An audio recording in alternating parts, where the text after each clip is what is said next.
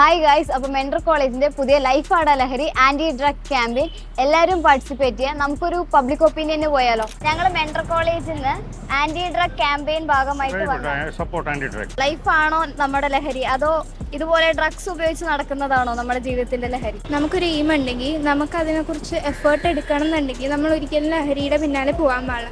നമ്മുടെ സ്വപ്നങ്ങളും നമ്മുടെ ആഗ്രഹങ്ങളും വേണം നമ്മൾ നമ്മുടെ ലഹരിയായിട്ട് എടുക്കാൻ. ഞാനിവിടെ സിഗരറ്റ് വിൽക്കാറില്ല, ഒരു ലഹരി പദാർത്ഥങ്ങളും എൻ്റെ ഈ കടയിൽ വിൽക്കാറില്ല.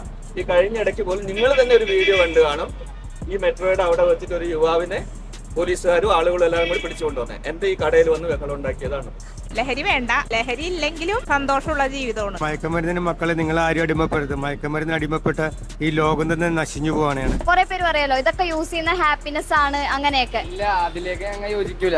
അതിലോട്ട് അങ്ങ് അല്ലേ നമ്മളെ അല്ലാണ്ട് നമുക്ക് കുറെ ലക്ഷ്യങ്ങളും ഹാപ്പിനെസ് ആയിട്ടുള്ള കുറെ Going behind drugs, that is lack of knowledge and common sense of youngsters, and they do want to enjoy life for drugs.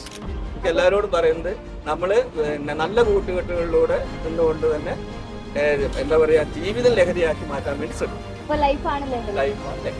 ലൈഫാണ് ലഹരി. ലൈഫ് തന്നെയാണ് ലഹരിയായിട്ട് എടുക്കേണ്ടത്.